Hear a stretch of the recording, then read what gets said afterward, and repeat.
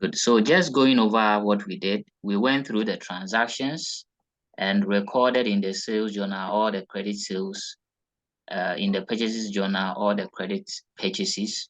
Return invoice went into the return invoice, and the return outwards also went into the return outwards. Now we are done with the individual entries, but I said you have to close the books by way of getting the total.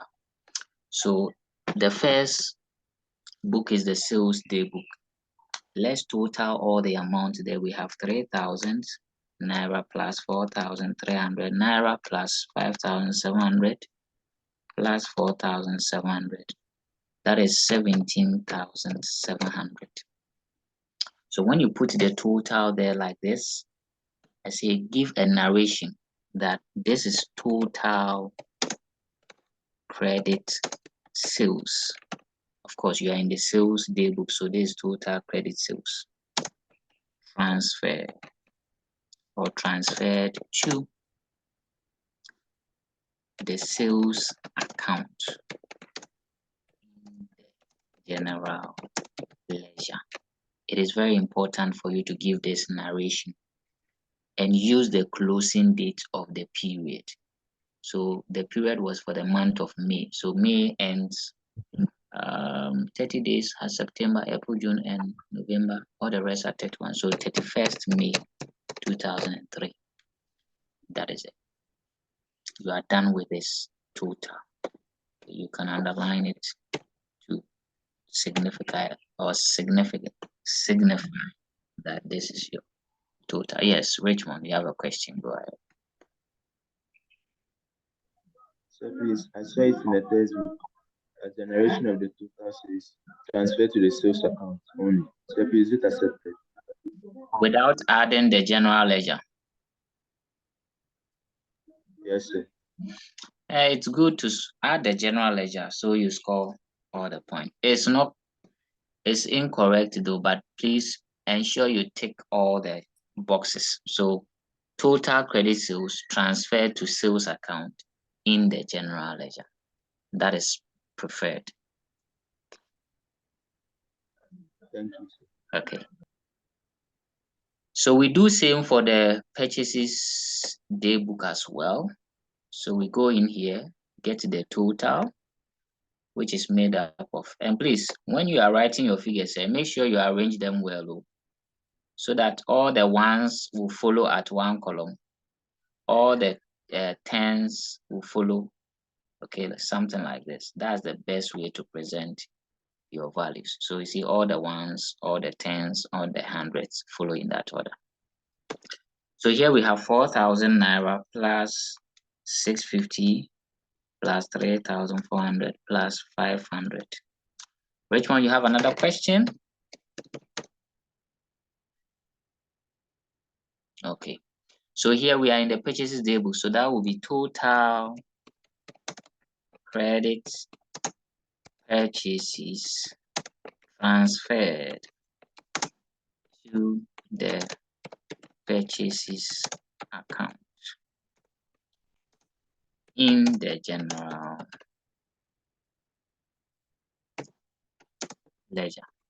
Now, sometimes in order to avoid the long wording, as in WORDING, you can use some short abbreviations, which is allowed. Okay, so total credit sales or total credit purchases transferred to the purchases account in the general ledger. The general ledger can be shortened to GL like this. But please, my student, write it in full. Nothing will kill you. But interestingly, let me hint on something. Interestingly, not all the examiners, okay, may have the time to even watch out for some of these abbreviations whatsoever. So always make sure that you are on the good path. And even though it is unprofessional, some of them don't mark it themselves. They give it to certain people who may not even have accounting background to mark. Yes, that's the reality. It's unfortunate, but that is the reality. So imagine somebody who is not accounting oriented marking, and you are putting in GL and those things. And maybe the marking scheme has also provided for this without those abbreviations. And that person would mafia you, if I should say. So just write it in full and you are good to go. So we are going to do repeat same for the return inwards and return outwards. And then you'll be done with your day books. So here we have 750. So that is total return inwards transferred to the return inwards account in the general. Then you put the closing date, which is 31st May 2003. That's all.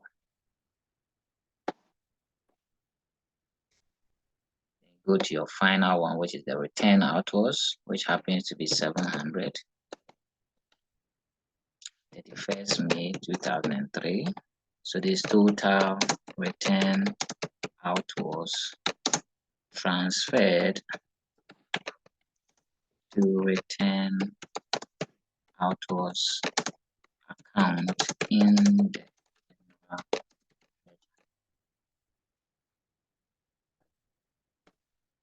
Okay, so that is it. Let me make my table look very organized. Okay, so there you have it like this.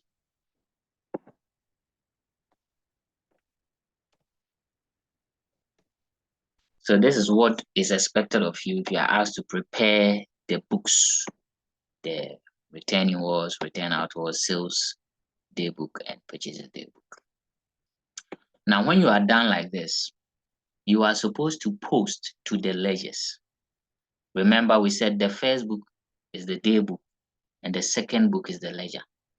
And if you are paying attention, you realize that here or in these books, we are not doing any debit and credit. We are just putting in names and amount and date.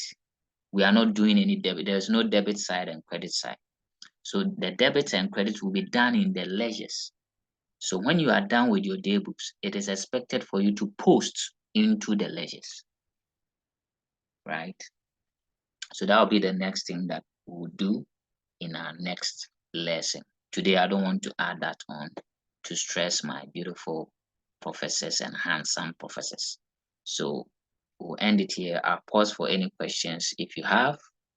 If there are no questions, then I'll wrap up by saying that today we went through the books of account, and we said in accounting we have two main books of account, which are, yes, one of the professors should mention that for me. The two main books of accounts are what and what?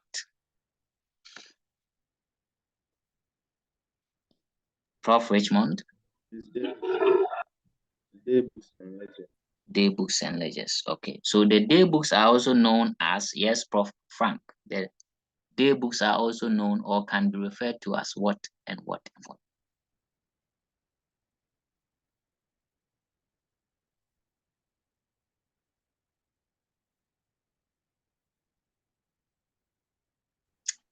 Prof. Books of original entry. Okay. Or journals. Thank you very much. So they are also known as books of original entry, books of prime entry, or books of first entry, or journals. Okay, and then the ledgers are known as the principal books of account, or the secondary books of account. Now again, for the sake of objective test, the ledgers are the final resting place for account. Okay, because that's the final book you post your transactions into. Okay. Then we saw that we have to look at 7 day books, which are purchase day book, sales day book, return inwards day book, return outwards day book, the cash book, petty cash book, and the general journal. We've seen what each of them is used for. Okay, so you need to pay attention to that. And the ledgers are 5. We have the sales ledger, purchases ledger, the cash book, the private ledger, and the general ledger. Now, are you not seeing something here? The cash book seems to be a day book and a ledger. Did you not recognize that?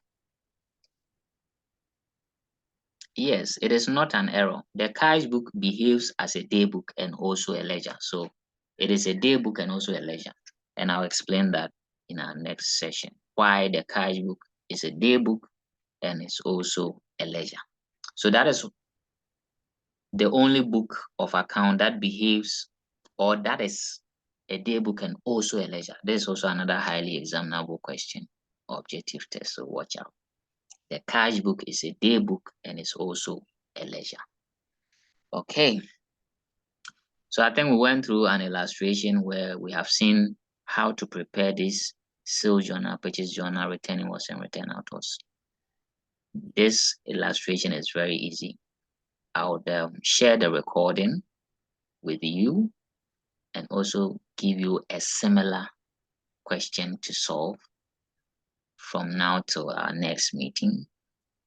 And then hopefully next meeting when we meet, we'll look at how you do the postings and also introduce the concept of discount. The concept of discount. And I think yesterday I hinted you that discount is a reduction or an allowance of the price of a goods or services. So we'll bring that in and see how you treat them in the day books. Okay, so Prof. Alexia, Prof. Frank, and Prof. Richmond, I'm grateful that you made it for class today. If you have any questions, I think now is the time for you to ask. If not, we'll be calling today's class to an end. And I'll see you next week.